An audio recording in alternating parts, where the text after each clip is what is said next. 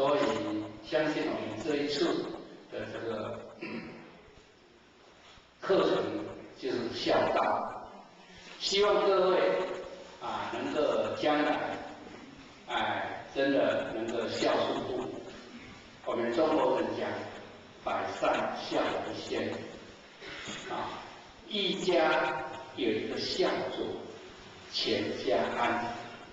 所以我们今天各位能够在这里互相的学习跟研究，也能够在我们这不同的各单位的这个学校，或者说各单位的这个不同的环境，来到我们一个圣堂，大家来做一个互相的学习。其实孝是我们人生的根本，所以这个孝我们应该要好好的去体会。那孝这个字上面是一个老，下面是一个足，所以老了没有足你怎么孝，对不对？所以我们中国的老祖先创造这个文字，真的很有道理。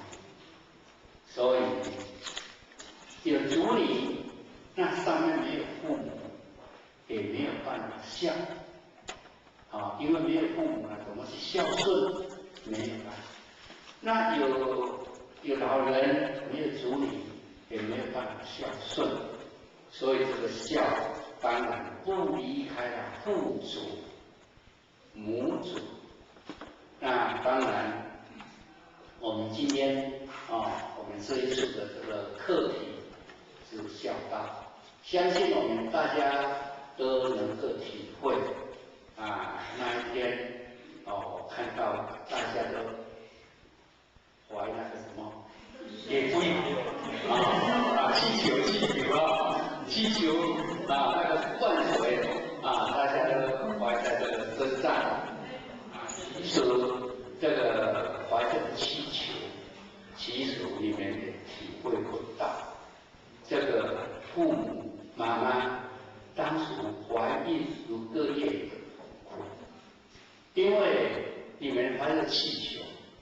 这个内心不会感受到什么，只有在外表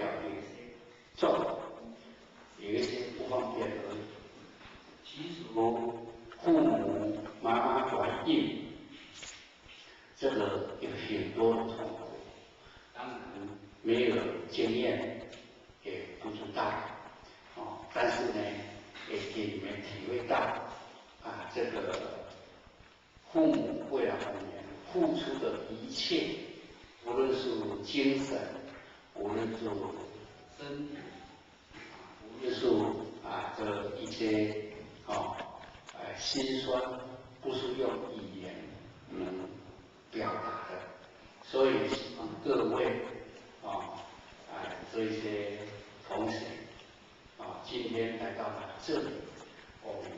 要人生做人从孝做起，所以我们大家每个人都受到高良的教育。今天我们在座的都是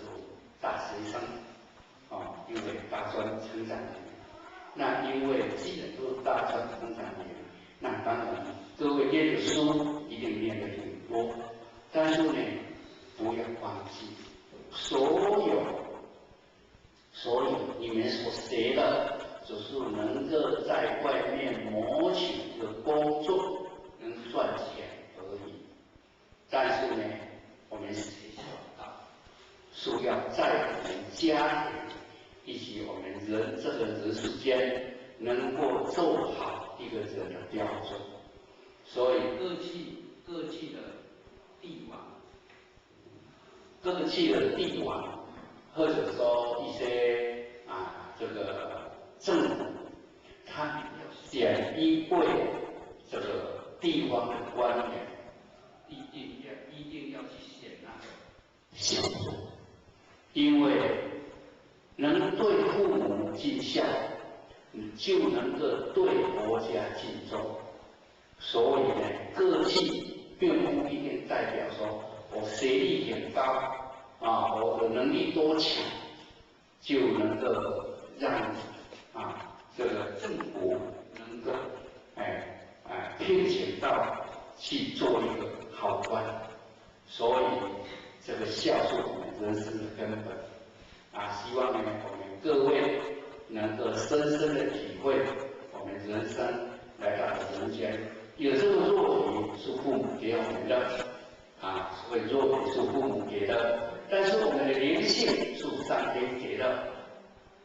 所以上天给我们这个灵性，大家的灵性都是一样的所以灵性没有分这个愚笨的或者是聪明的、智慧的，没有，都是一样的。但是因为人来到了人间，受到这个因果的因缘，所以才有一些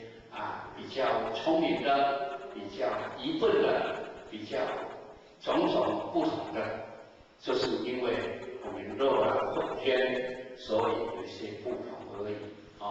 那因为今天的晚会，相信呢也能够很精彩，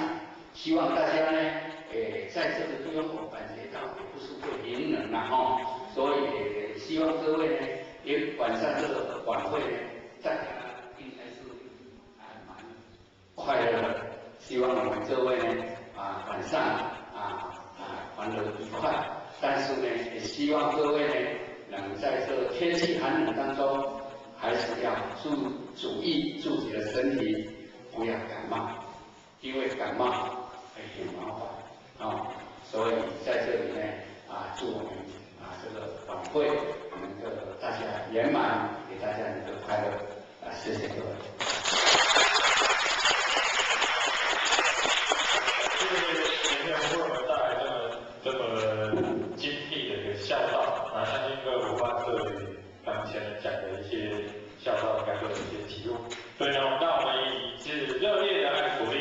大家感谢前人慈悲，爱鼓励起爱。感谢前人慈悲。好，那请我们这边的伙伴请往左边一分。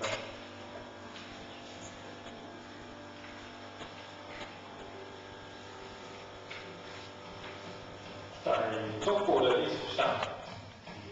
接近大年初一的时候，会有一只怪兽出现。这一只怪兽，我们称之为年兽。在2011年的大年初一即将来到，这一只年兽不小心生了2只